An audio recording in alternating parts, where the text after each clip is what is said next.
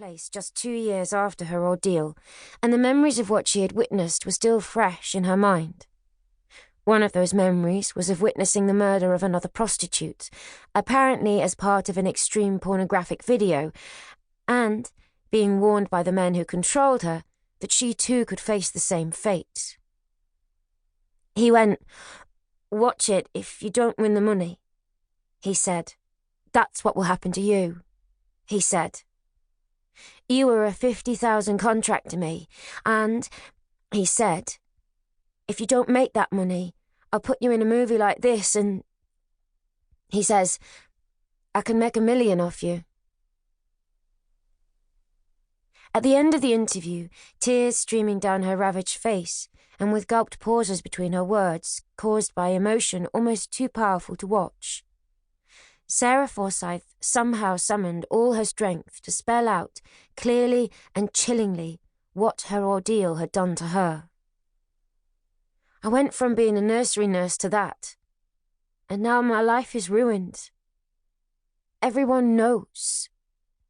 Sarah was a prostitute."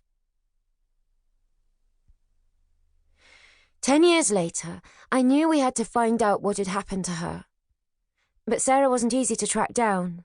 She had, it seemed, disappeared from the face of the earth, and I feared that she must have succumbed to the fate that seemed almost inevitable back in 1997. The lonely, miserable death of an incurable drug addict. But as the weeks wore on, tantalizing snippets of news came through. Glimpses of a woman on the streets of towns and cities across the northeast who might have been Sarah, or reports to police and social workers which suggested she had at least been alive, if not altogether healthy, within the previous 2 years. And finally, after many more weeks of diligent inquiries by one of the production team, Sarah was tracked down to a flat less than a mile from her original neighbourhood.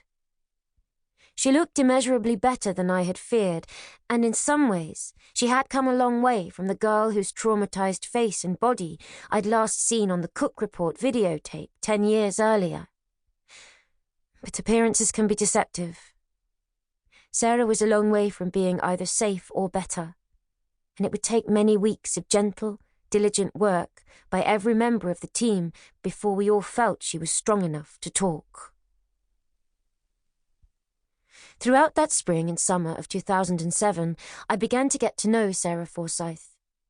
Gradually, I became reassured that she had managed to put behind her the worst of what had been inflicted on her, and was starting to take control of her life once again.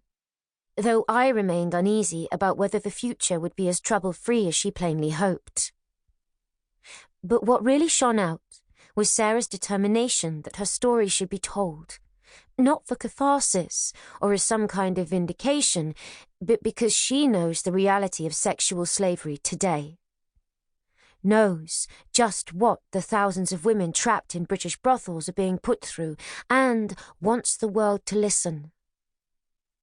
And so, at Sarah's request, this book is dedicated to them, and to the victims of sex trafficking, whoever, wherever they may be. Introduction.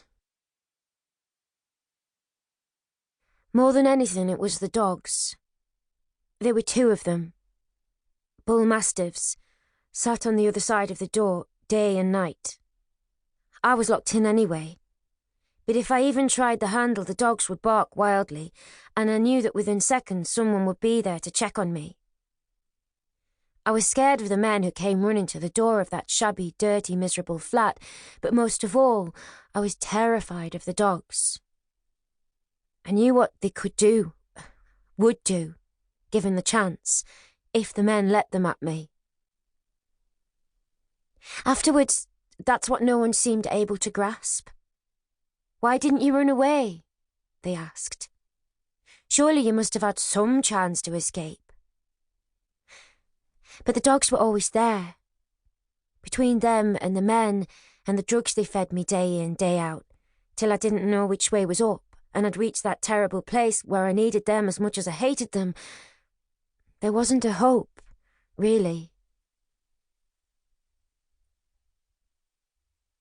They knew that.